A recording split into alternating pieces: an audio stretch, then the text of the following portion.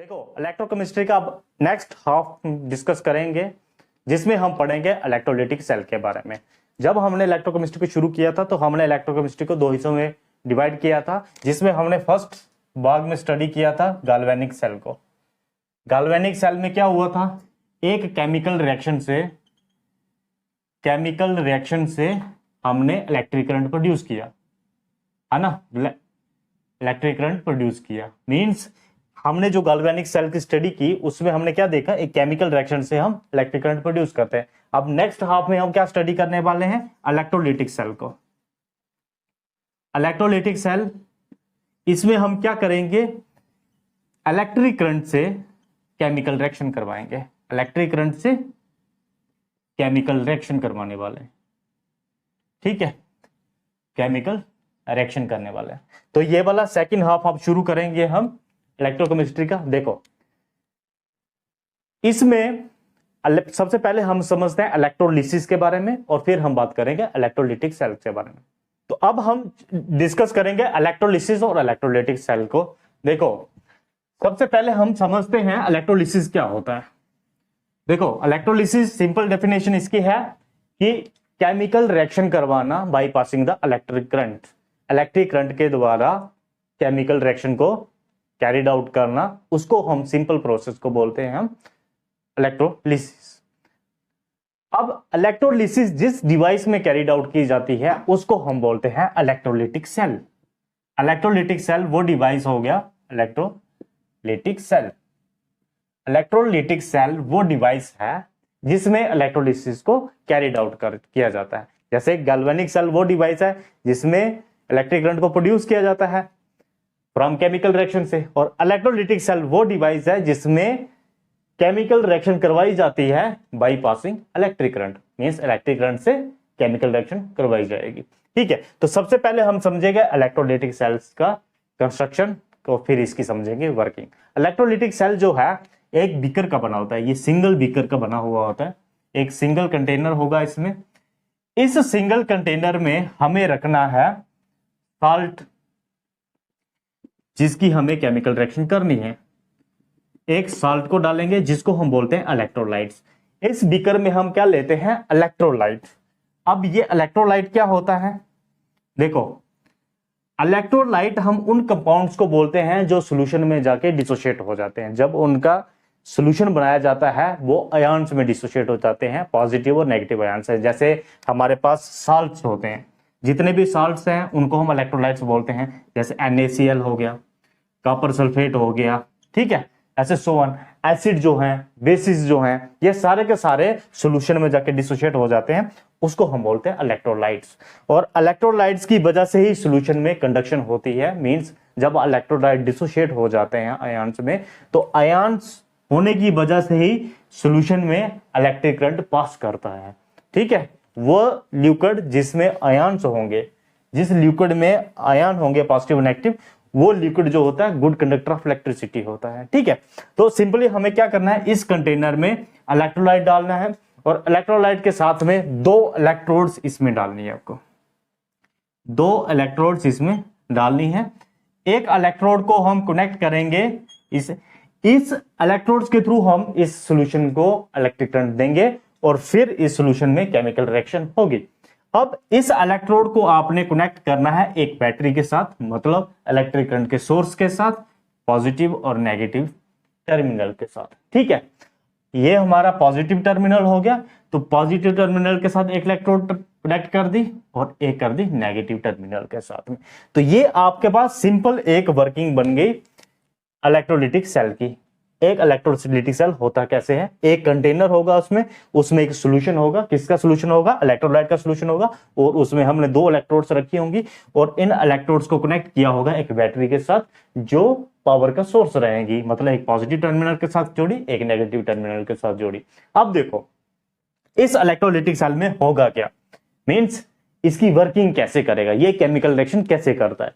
सबसे पहले हम समझते हैं ये जो दो इलेक्ट्रोड्स हैं, जो पॉजिटिव वाली इलेक्ट्रोड है, ठीक है, इसको बोलते हैं हम एनोड, और जो नेगेटिव वाली इलेक्ट्रोड है इसको बोलते हैं कैथोड। एक चीज ध्यान देने वाली है, गैल्वेनिक सेल में जो नेगेटिव वाली इलेक्ट्रोड थी, जिस इलेक्ट्रोड का चार्ज नेगेटिव था उसको एनोड बोला था, और जिस इलेक्ट्रोड का चार्ज पॉजिटिव था उसको कैथोड बोला था। ठीक है, मगर इसमें उल्टा हो जाता है। ये क्यों होता है ये हम देखते हैं जब इसकी हम वर्किंग करेंगे। अब इस सेल में ओवरऑल होगा क्या, अगर इसमें आपने कोई इलेक्ट्रोलाइट डाला हुआ है, जैसे सपोज करो हम एक इलेक्ट्रोलाइट ले लेते हैं, NaCl को ले लेते हैं। NaCl का सोल्यूशन आपने इसमें डाला हुआ है। अब NaCl क्या करेगा, सोल्यूशन में जाके, अपने सोल्यूशन में जाके क्या हो जाएगा, डिसोशिएट हो जाएगा आयंस में, Na positive plus Cl negative, ये डिसोशिएट हो गया आयंस में। अब जब हम इसमें करंट पास करेंगे, करंट पास करने पे क्या होगा, जो पॉजिटिव वाला आयन होगा वो अपोजिटली चार्ज्ड इलेक्ट्रोड की तरफ अट्रैक्ट होगा। मींस ये जो पॉजिटिव आयन है ये किस तरफ जाएगा, उस इलेक्ट्रोड की तरफ जाएगा जिस इलेक्ट्रोड पे नेगेटिव चार्ज होगा, मींस जो नेगेटिव टर्मिनल के साथ कनेक्ट होगी। तो हमारा सोडियम जो होगा वो किस इलेक्ट्रोड की तरफ चला जाएगा, इस इलेक्ट्रोड की तरफ। और क्लोराइड आयन जिसके ऊपर नेगेटिव चार्ज है वो अपोजिटली चार्ज्ड इलेक्ट्रोड की भी तरफ जाएगा, और इसके लिए अपोजिट चार्ज इलेक्ट्रोड कौन सी है, पॉजिटिव वाली, क्योंकि आपको पता है opposite charge attract each other. तो नेगेटिव वाले किस तरफ अट्रैक्ट होगी, पॉजिटिव वाले। तो क्लोराइड आयन किस तरफ चला जाएगा, इस इलेक्ट्रोड की तरफ जाएगा। अब इस इलेक्ट्रोड पे जाके ये क्या करेंगे, इस इलेक्ट्रोड पे जाके ये न्यूट्रलाइज हो जाएंगे। न्यूट्रलाइज का मतलब जो इनके ऊपर चार्ज है ये न्यूट्रलाइज हो जाएगा, न्यूट्रल हो जाएगा। अब सोडियम के ऊपर पॉजिटिव चार्ज है, ये न्यूट्रल कैसे होगा, इस नेगेटिव वाली इलेक्ट्रोड से एक इलेक्ट्रॉन लेके। मींस सोडियम न्यूट्रल कैसे होगा, Na पॉजिटिव है, तो इलेक्ट्रोड पे जाके क्या करेगा, इस नेगेटिव वाली इलेक्ट्रोड के पास इलेक्ट्रॉन ज्यादा है, तभी तो ये नेगेटिव है। नेगेटिव होने की वजह से क्या करेगा, इसके पास इलेक्ट्रॉन ज्यादा है, सोडियम क्या करेगा, इससे इलेक्ट्रॉन लेके न्यूट्रलाइज हो जाएगा, सोडियम सॉलिड बन जाएगा। मींस डिकम्पोज हो गया जाके उधर, सोडियम सॉलिड बन गया। अब क्लोराइड आयन जो है इसके पास इलेक्ट्रॉन है, क्लोराइड आयन जो है इसके पास नेगेटिव आयन है, मतलब एक इलेक्ट्रॉन ज्यादा है। ये क्या करेगी, इस इलेक्ट्रोड पे जाके अपना इलेक्ट्रॉन लूज कर देगी, इस इलेक्ट्रोड पे जाके इलेक्ट्रॉन लूज कर देगी, क्योंकि पॉजिटिव चार्ज है, इधर इलेक्ट्रॉन की डेफिशिएंसी है, तो ये क्या कर देगी, Cl प्लस इलेक्ट्रॉन बाहर निकाल देगी। और क्लोराइड आयन जो है, क्लोरीन जो है Cl2 फॉर्म में एग्जिस्ट करती है। इस तरह से अगर इसको बैलेंस करना होगा तो 2Cl कर लो और Cl2 बना लो, यानी तो एक Cl रखोगे तो हाफ Cl2 और 2 इलेक्ट्रॉन यहाँ पे निकलेंगे आपके। ठीक है, अब देखो ओवरऑल इलेक्ट्रोड में क्या हो रहा है।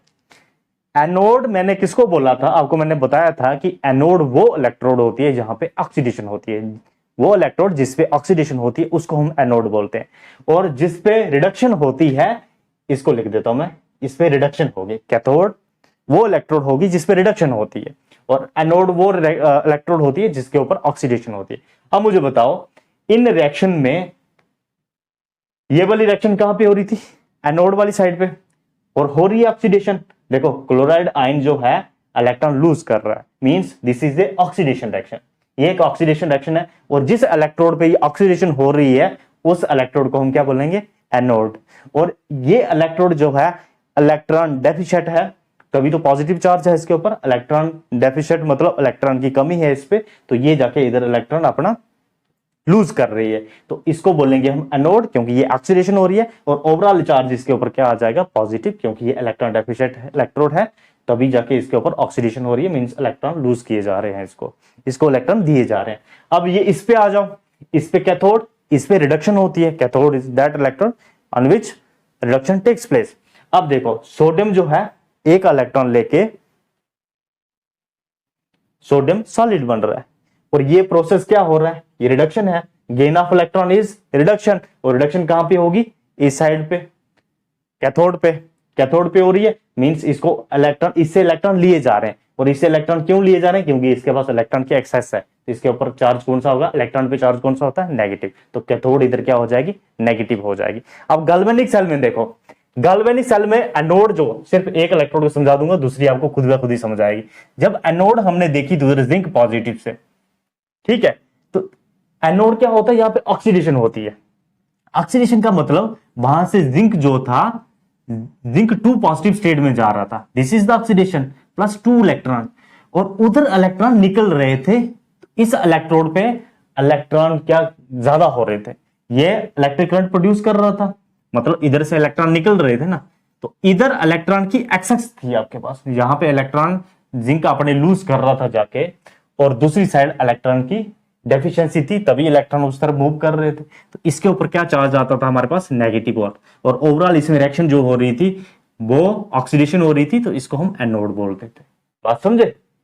इधर से करंट बन रहा था, इधर करंट दिया जा रहा है, तो ओवरऑल साइन जो होंगे एनोड और कैथोड के इलेक्ट्रोलिसिस में, और एनोड और कैथोड के गैल्वेनिक सेल में अपोजिट होंगे। बात समझे?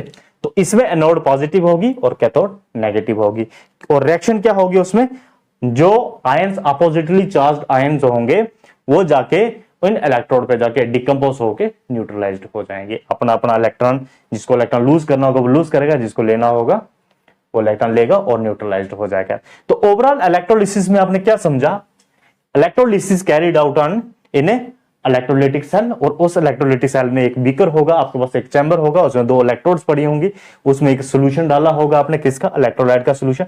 जब आप इसमें से इलेक्ट्रिक करंट पास करोगे, ये आयंस जो होंगे, इस इलेक्ट्रोलाइट्स के जो आयन होते हैं वो अपोजिटली चार्ज इलेक्ट्रोड पे जाके डिपॉजिट होते हैं और न्यूट्रलाइज्ड हो जाते हैं। Simple, this is the electrolysis. बात समझे? ये हमारा इलेक्ट्रोलिसिस और इलेक्ट्रोलाइटिक सेल का ओवरऑल अंडरस्टैंडिंग, ओवरऑल एक्सप्लेनेशन। ठीक है, समझ गए? ठीक है,